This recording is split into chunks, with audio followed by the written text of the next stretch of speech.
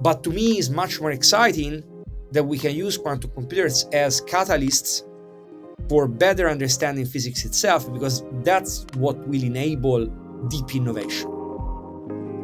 Welcome to The Future Of, a podcast by Fresh Consulting, where we discuss and learn about the future of different industries, markets, and technology verticals. Together, we'll chat with leaders and experts in the field and discuss how we can shape the future human experience. I'm your host, Jeff Dance.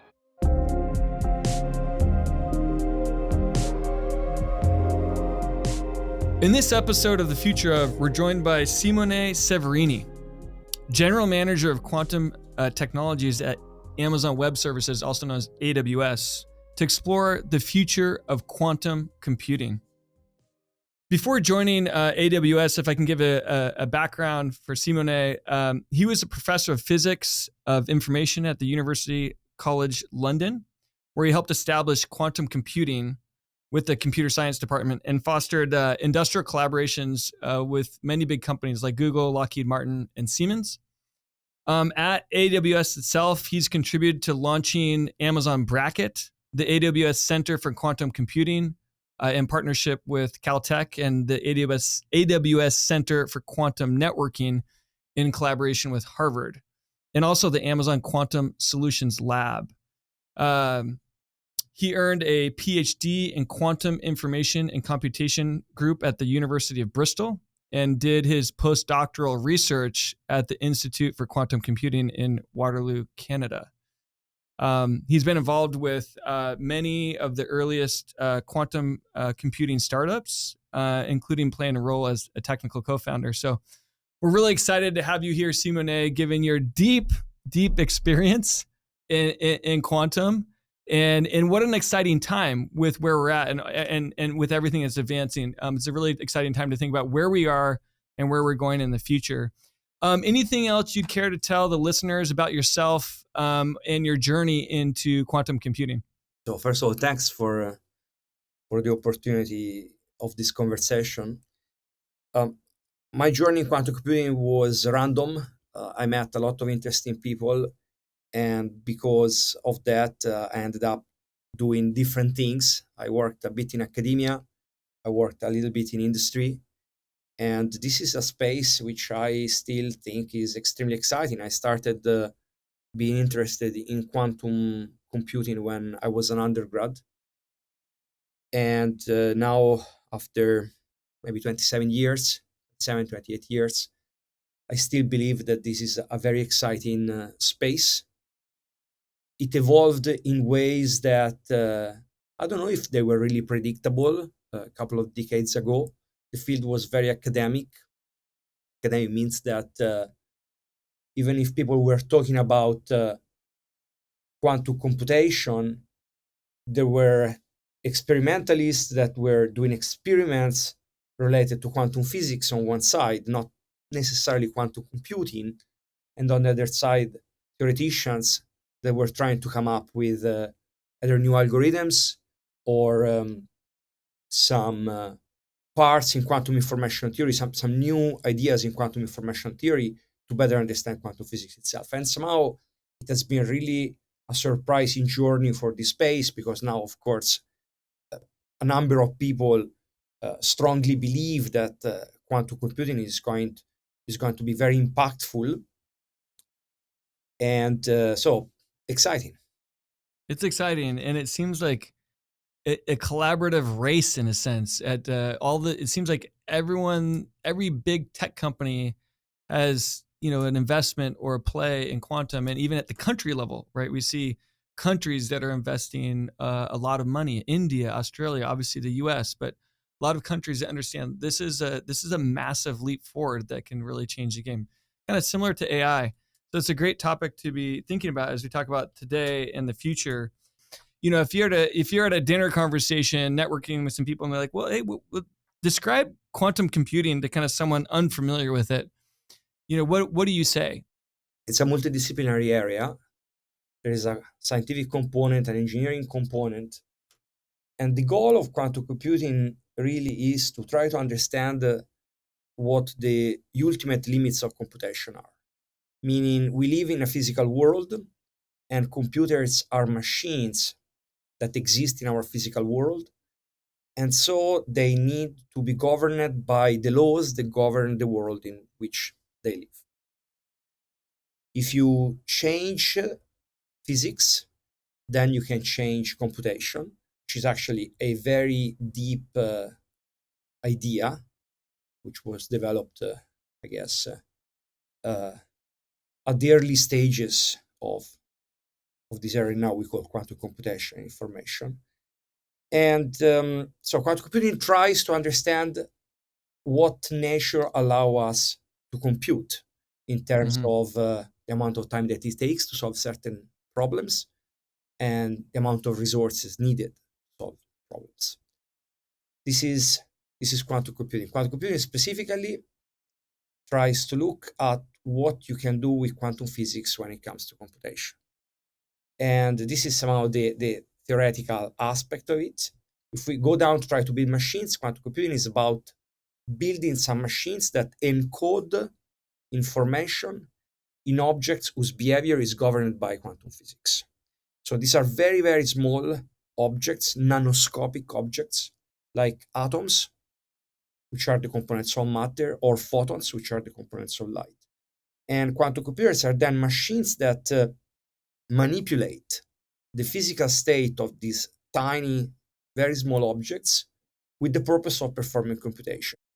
Yeah, I appreciate you breaking it down to kind of some of the components. You have a background in physics as well, right? So yeah, my background is a bit unorthodox, and I'm in the wrong place because I studied philosophy in as an undergrad, but then while I was studying philosophy, I learned, because my teacher gave me a couple of books to read, that in logic, if you it's interesting that logic again seems like something very abstract, far from the physical world, right? It lives in this hyperuranium of ideas, no, platonic world of mathematics, or invent rather than seen in the physical world. But if you change physics, then you change logic as well. And once you start thinking about quantum physics, there's a whole different type of logic that applies there. In fact, it's interesting. This somehow it's an opportunity for me to tell about what is the key ingredient in quantum computation, which is the superposition principle. People talk about qubits all the time, right? That's the fundamental unit of a quantum computer. And so what is a qubit? It's the quantum analog of the bit. And bits are, so every object out there, every physical object in the classical world, meaning non-quantum world, that can be prepared, can be set in two different configurations that can be distinguished from each other, like this pencil here. If I keep this pencil like this in this position, I say, okay, this is a bit 1. If I put it like this is bit 0, and I do this, I do computation. So 1 becomes 0, 0 becomes 1. Right? This is a classical bit. So if I have a billion of pencils, then I can manipulate a billion bits, right? So a qubit, it's the quantum analog of this, and it cannot be represented with some object that I can experience with my senses, an object around me. But for example, I could look at the electron in an orbital around an atom, and let's say I inject some energy and I move this electron up. I say that's qubit 1. I put some energy and the electron goes down, and this is qubit 0. But then there is a special property of quantum physical objects for which I could have this electron in a configuration, ontological configuration, that is very special, which is 0 and 1. So, and when I will observe this object with a certain probability, I will observe 0. With a certain probability, I will observe 1. But before the measurement process, before observing the object, then I can assume that this is 0 and 1. And you see, from the logical point of view, this is very counterintuitive. Because in logic, something is either X or Y, is X or non-X, not X and non-X at the same time. You see, either it rains or it doesn't rain. It's not that it rains and it doesn't rain at the same time. Right?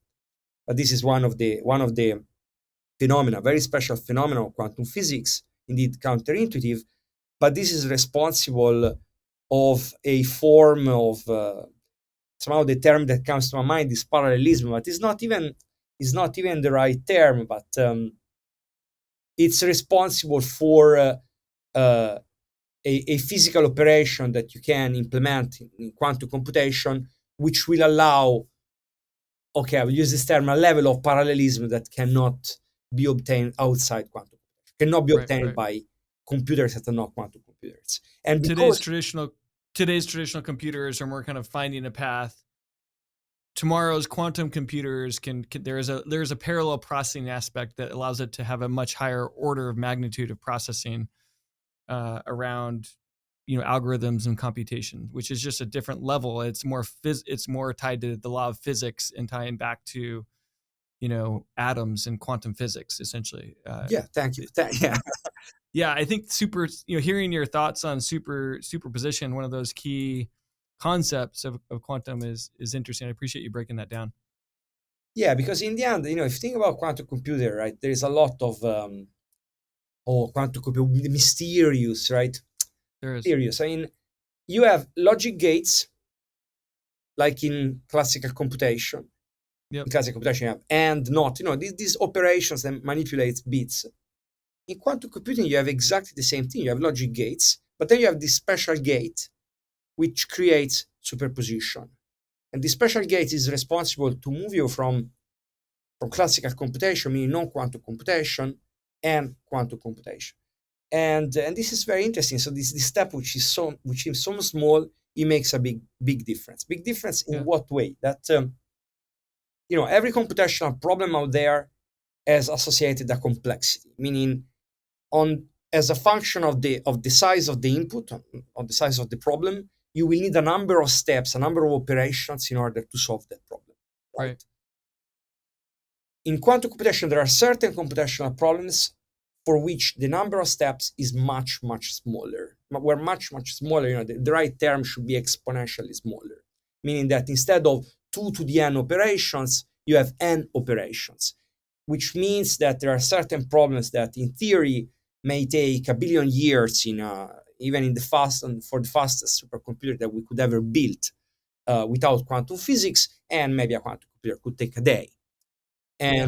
And theory tell us that this is possible. Now, building quantum computers that will allow us to do that for problems that are actually important and have an impact, this is a very, very difficult problem, right? It's a difficult problem that's been worked on for over 10 years, right? But there's been a lot of advancements recently, and one of the stats I heard, just to echo what you mentioned, was that they were able to uh, process they had a significant milestone in computing a problem in 5 minutes. This they said was going to take, I think, 10 septillion years.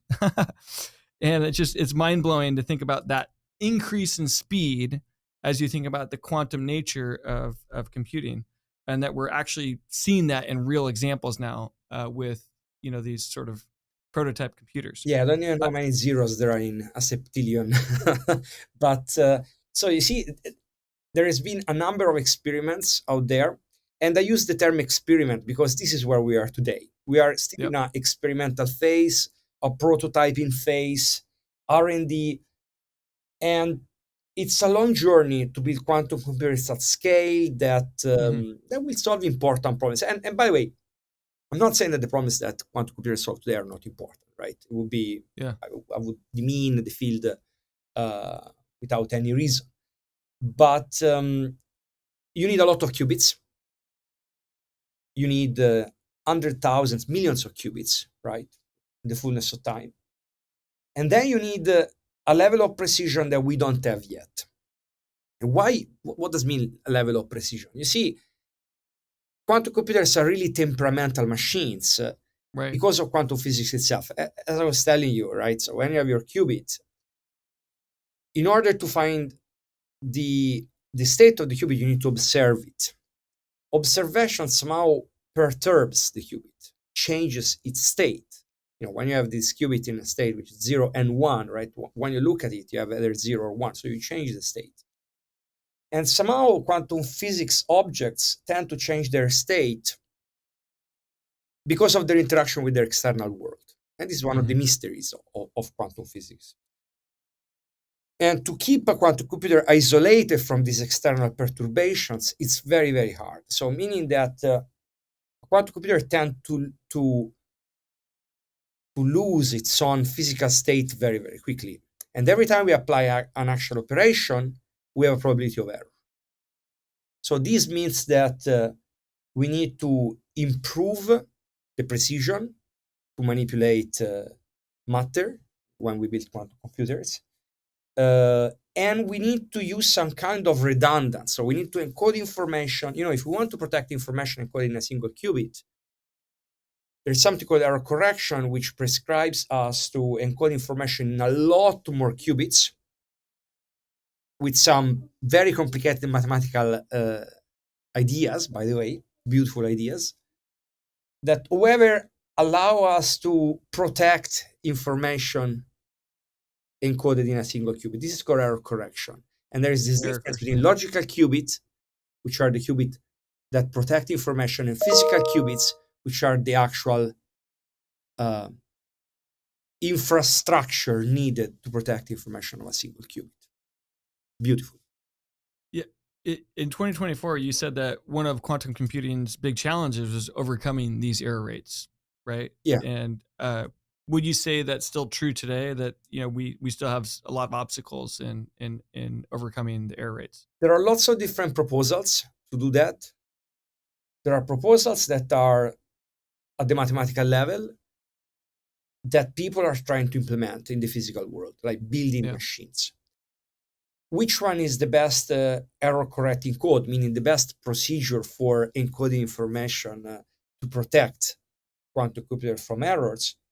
It's unknown. There are many different proposals, and there is innovation happening. But I'm very happy, very excited to see that the entire industry is somehow giving much more importance to error correction right now. There was a phase in which people were trying to build quantum computers with as many qubits as possible, right? Right.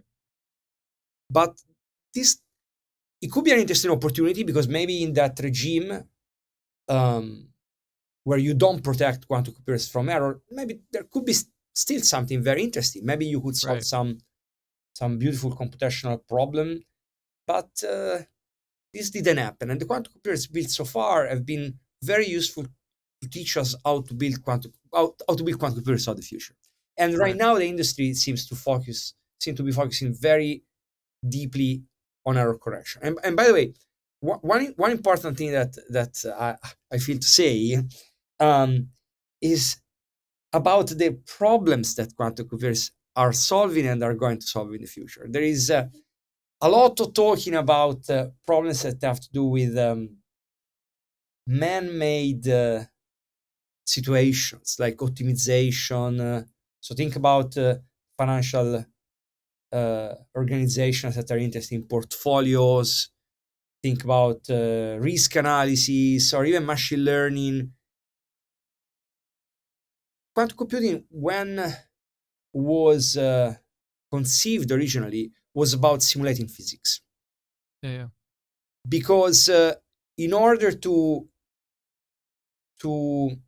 now I'm going to use a term that physicists probably won't like, in order to build a digital twin of a molecule, meaning instead of going in the lab and get some molecule and manipulate this molecule, put two chemical substances together and see what comes out.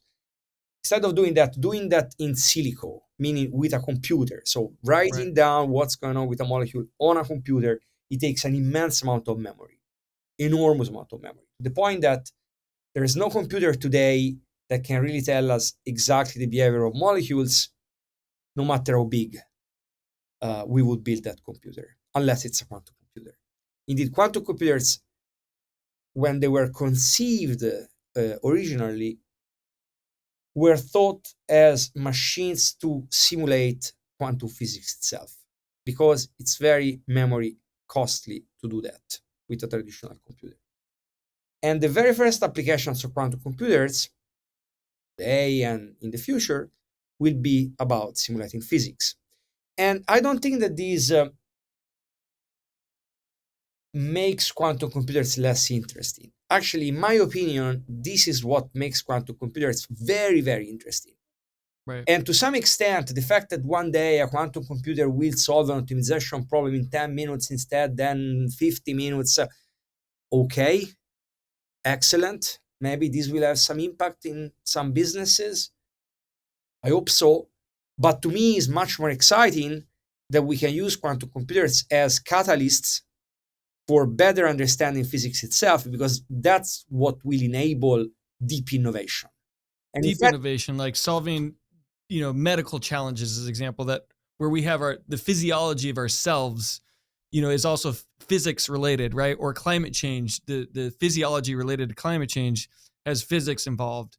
Stuff like this that are yeah. like So either now, bigger, deeper, yeah, innovative problems versus, surface level stuff that, traditional computers and AI might catch up to. yeah. Now, of course, climate change is a very difficult uh, classical problem that has to do with have to do with stuff that maybe is not immediately related to quantum physics itself. But yes. So what you're saying.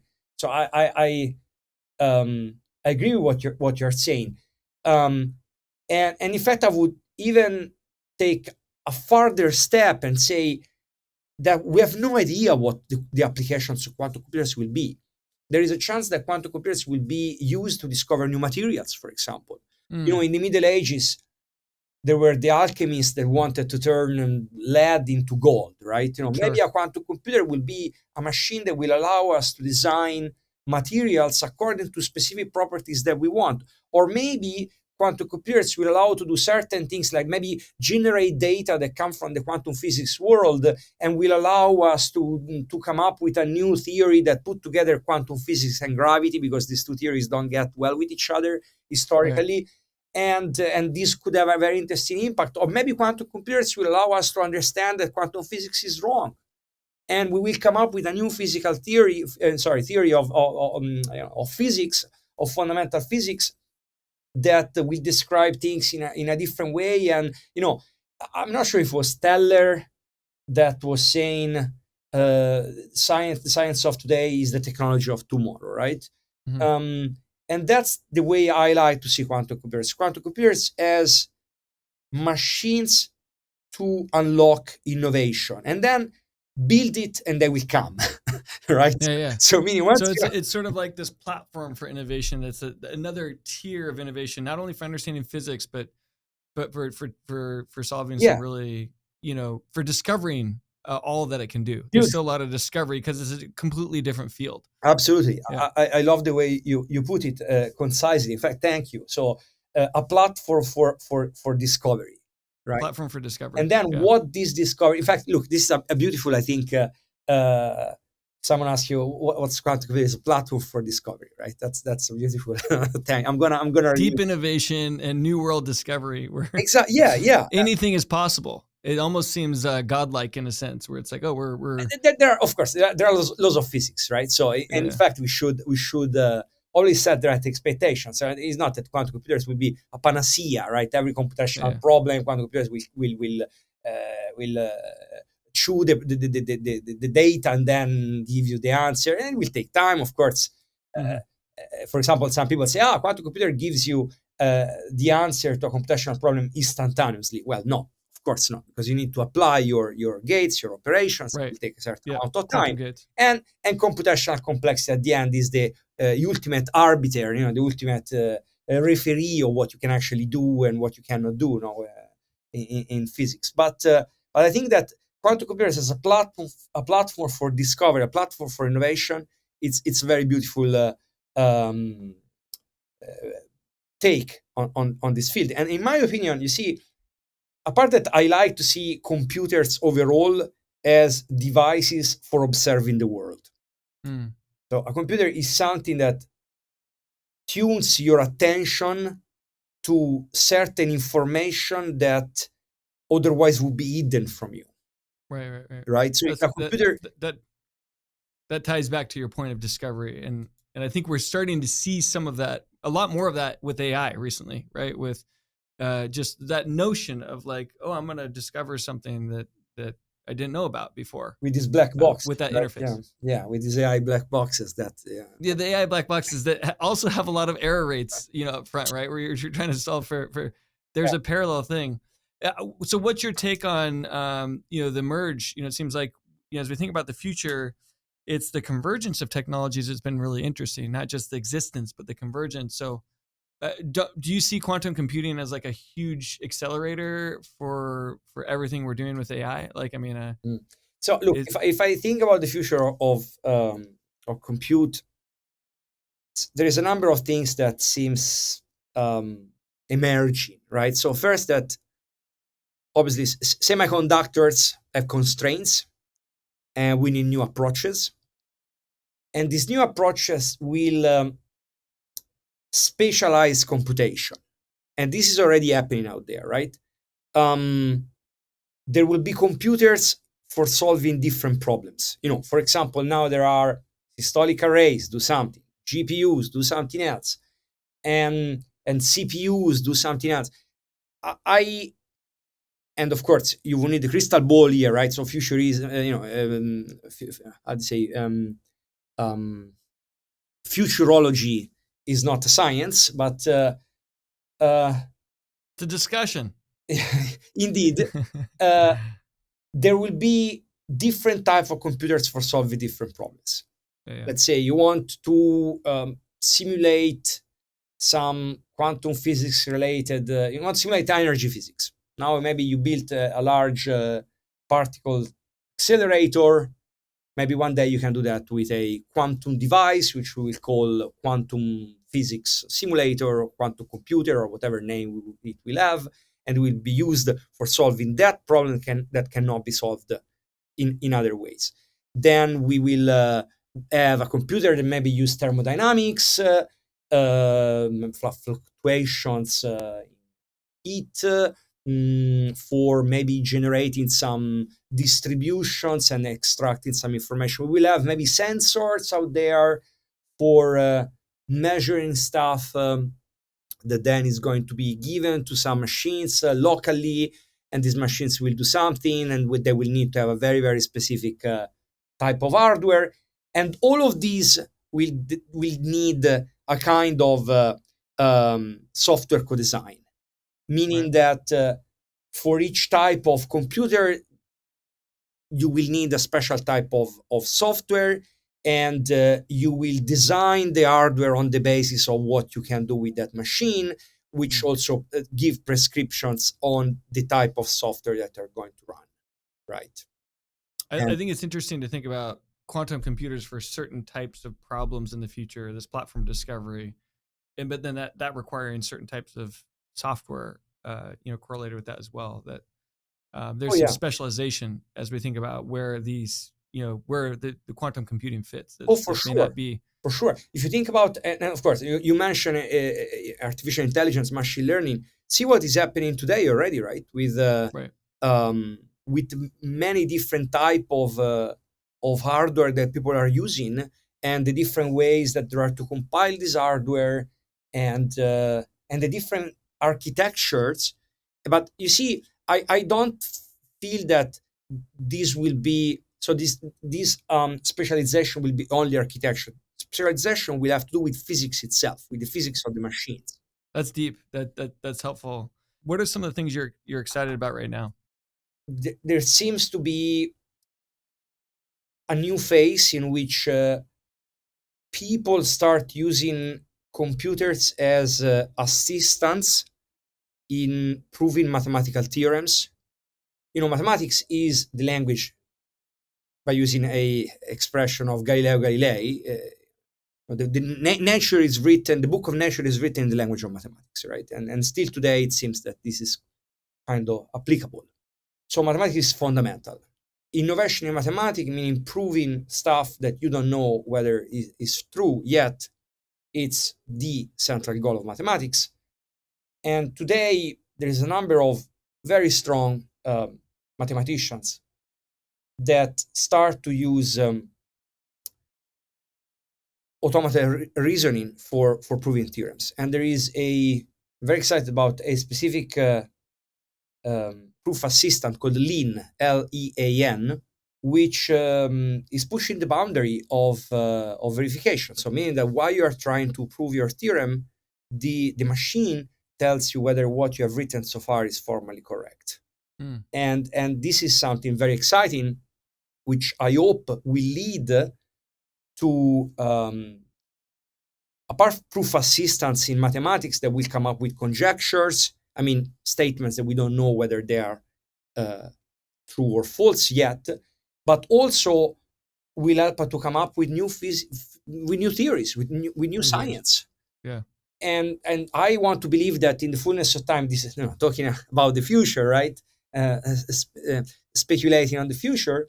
One day we will do science by working. We will do science in partnership with machines.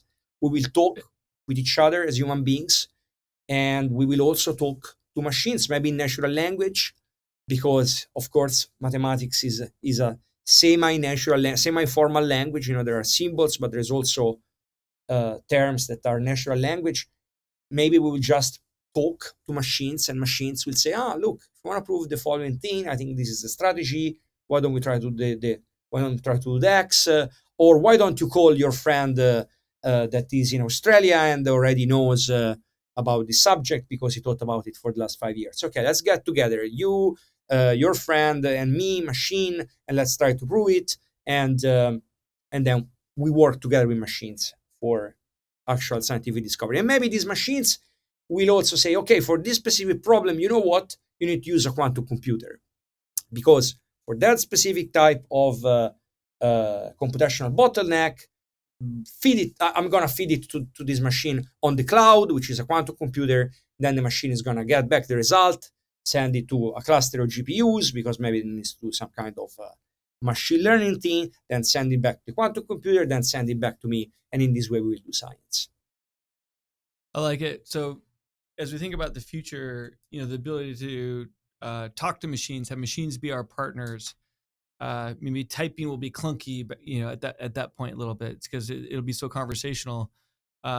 We kind of see some of that with AI today, where it's like you can talk to the AI. It's like accessing these large language models of different types. There's now lots of language models that are have specialization. But I think what's different here is you're saying like, hey, connected to this this conversational computer, which is very futuristic.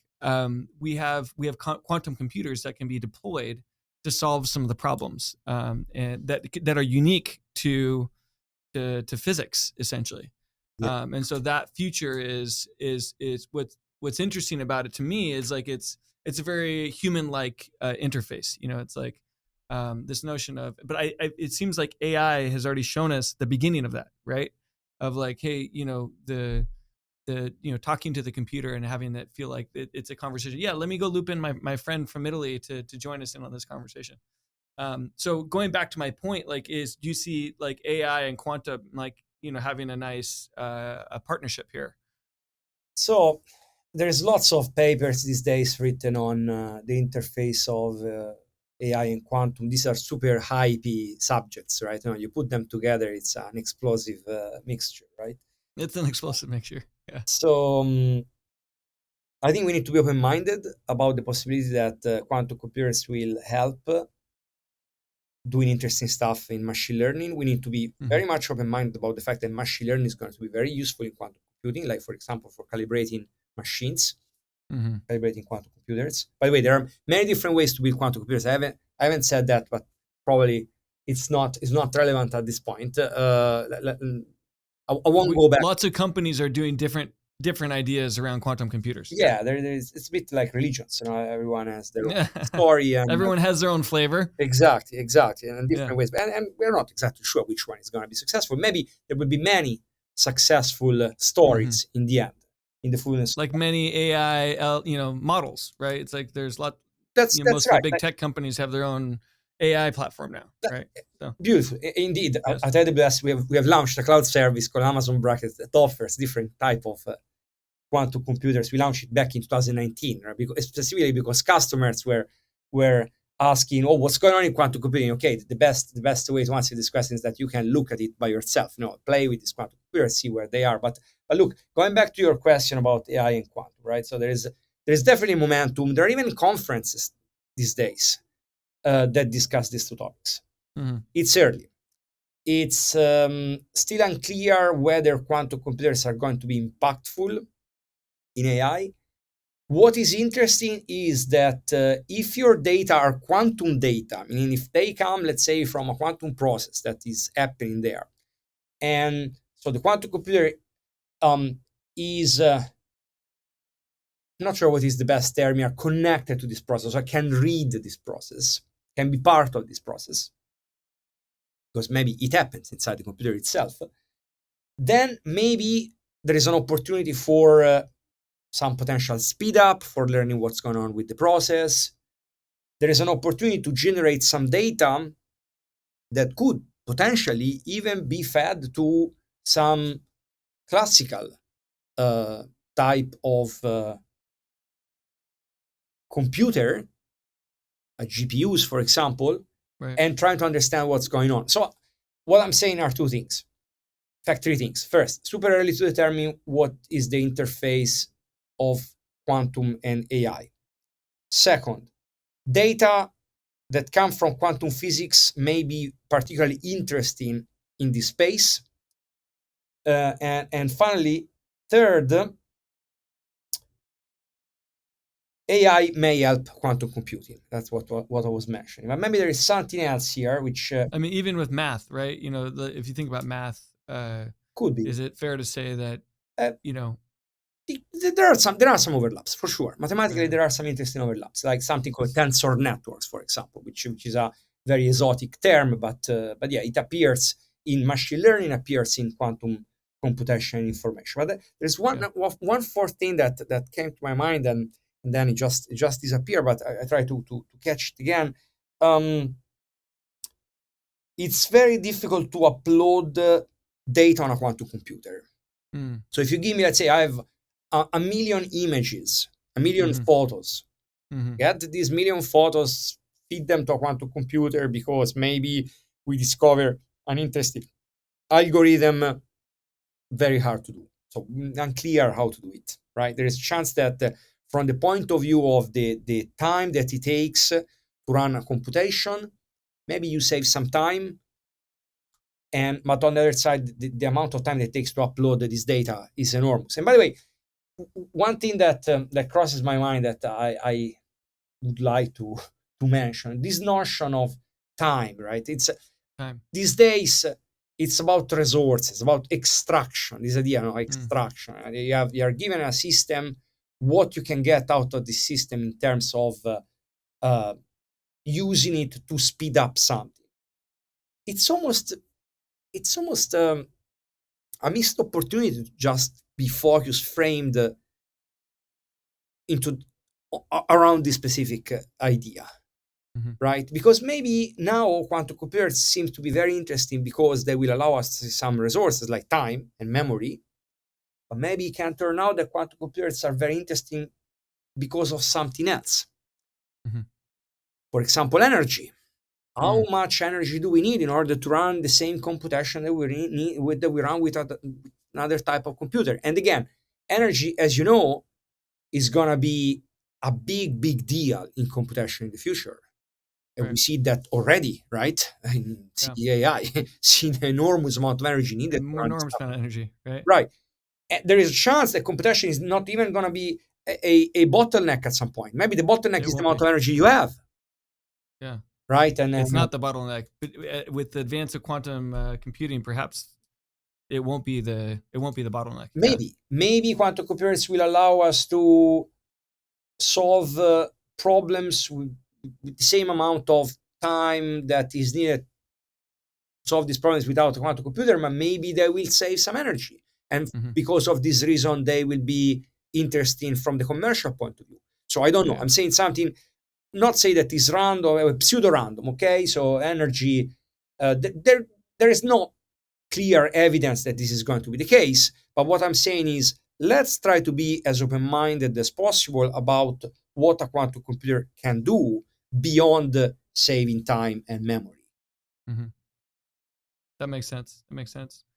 What about with AI, we have some great advancements. We also have more concerns around cybersecurity and cyber attacks and how people are using the technology. You always have good and bad with technology. Technology kind of has a life of its own sometimes. When it comes to quantum computing, we talked a little bit about some of the things that quantum computing can help with, but also this being a broader, deeper innovation platform for discovery. What are some of the concerns that we need to be thinking about at the same time and preparing for, given that things seem to be picking up some momentum? And obviously, maybe they're in the hands of good stewards, countries, right? And companies that have ethics. But can you think of scenarios that we need to be intentional about and thinking about the negative impacts that quantum computing could have? Yeah. Are there any?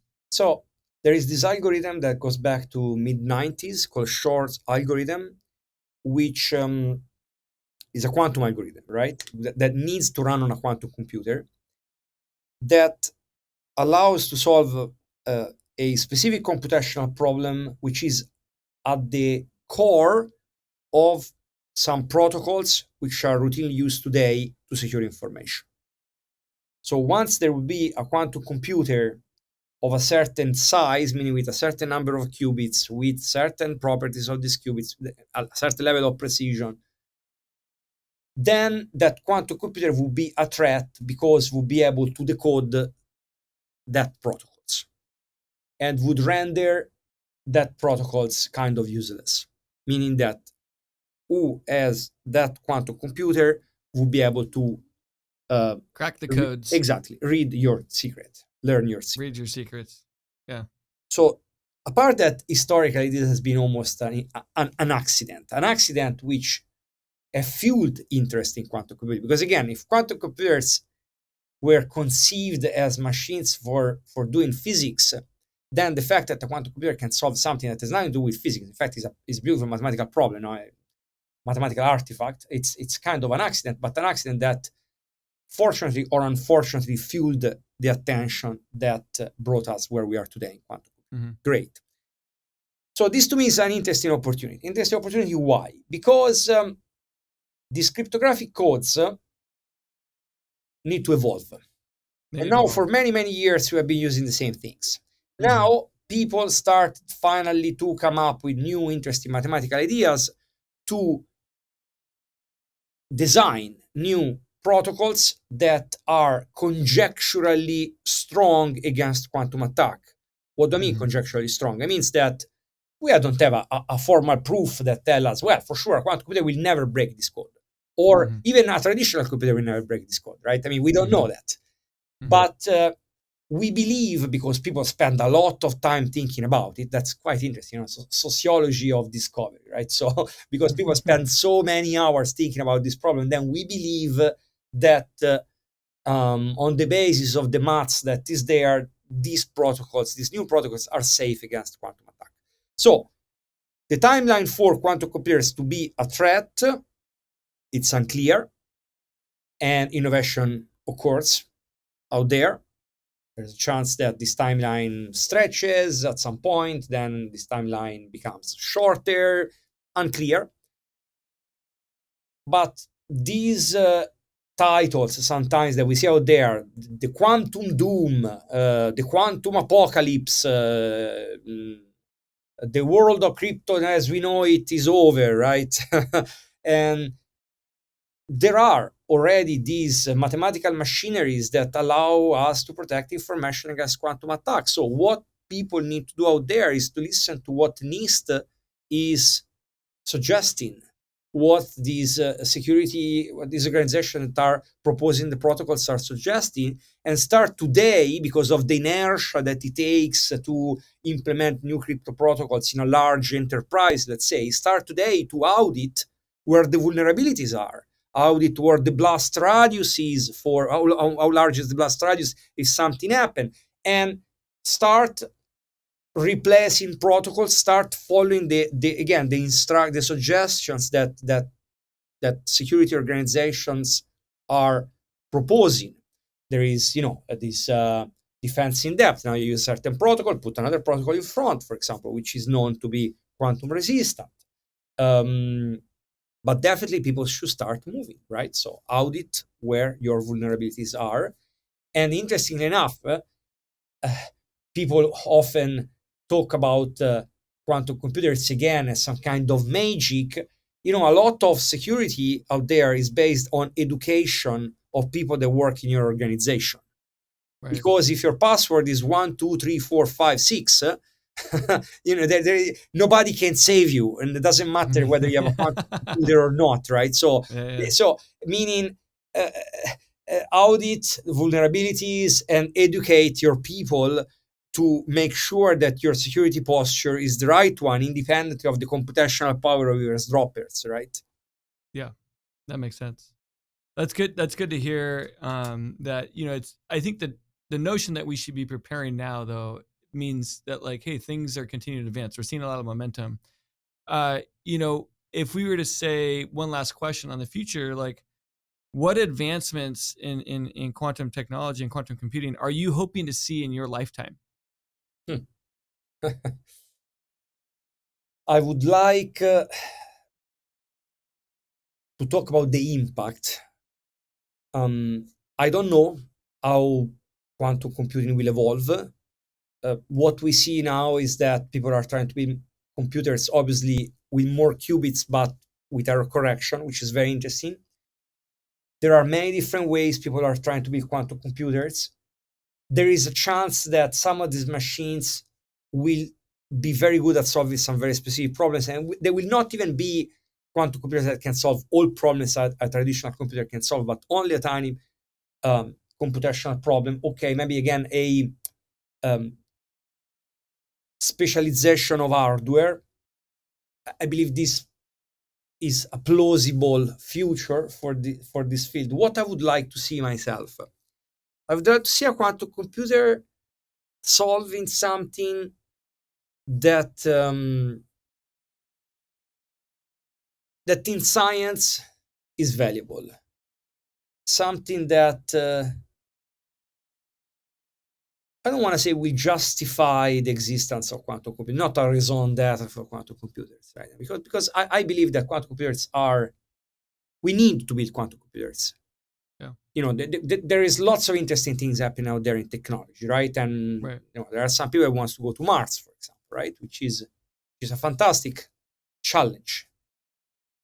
And I'm sure that in trying to go to Mars, we will learn a lot of interesting things, like the process, the journey itself. I mean, I'm not The journey the itself. journey Yeah. to go to Mars, but the journey to build that rocket, the journey to understand how human beings need to behave in the amount of time that it takes to go from here to there, the food that we need to eat, just say some random stuff, right? So the immense amount of different things that we need to learn, right? New stuff that we need to discover, Mhm. like when we were going to the moon, right?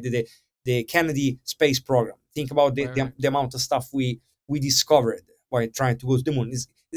This happens every time that there is a grand challenge, and the journey is what really matters, right? Yeah. What really in quantum computing is a similar thing, right? And it's not really 0 1. In fact, it is sometimes people ask you, oh, how many years before what?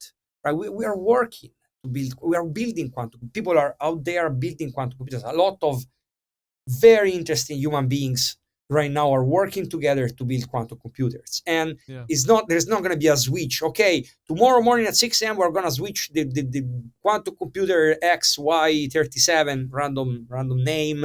And uh, yeah, I remember there was a science fiction short story on this, right? Not, who was it? Stanislav uh, Lamb, maybe, I don't remember, saying, the ultimate question: is there God? And the switch on the supercomputer, is there God? And the computer says yes. Now there is. Right? Now there is. Right. So anyhow, sorry about the parentheses, but it's not 0 1. Yeah.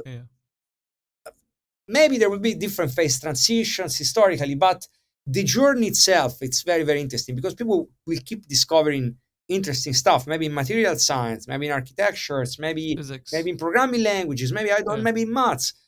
And but to go back to try, and apologies because to try to answer your question, what I would like to see Well, I would like to see a quantum computer that is used by people everywhere on the surface of the planet. A PhD student that is in country X, in Kenya. My father spent most of his life in Kenya, East Africa. He died there a year ago. I would like to see someone in Kenya that plays with a quantum computer to try to discover something new. And this That's something cool. new is valuable. Yeah. Not just to write a scientific paper because you need to finish your PhD, but because the information that the quantum computer will be able to present to us won't be able to be extracted. In fact, extract is not a good term. It won't be able to be seen unless we use the quantum computer. Thank you. So to summarize, sort of ubiquitous access to quantum computing where we are doing valuable things and we're seeing the reward and the value from the journey that we've been on for a while now. But it's not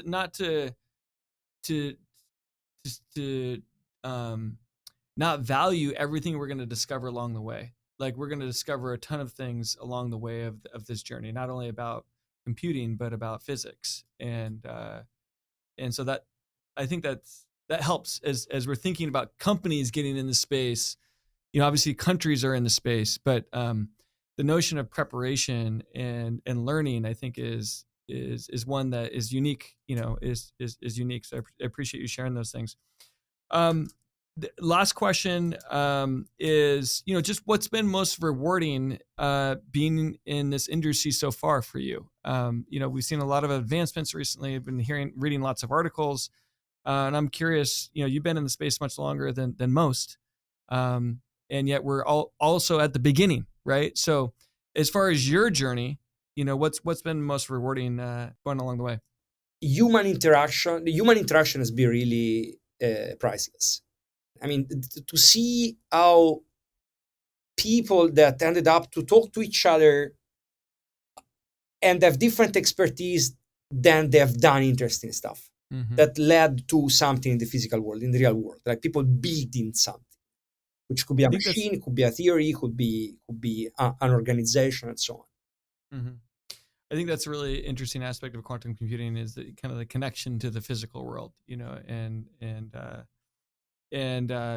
it's clear that you're a deep member of this elite community, and your network is unique.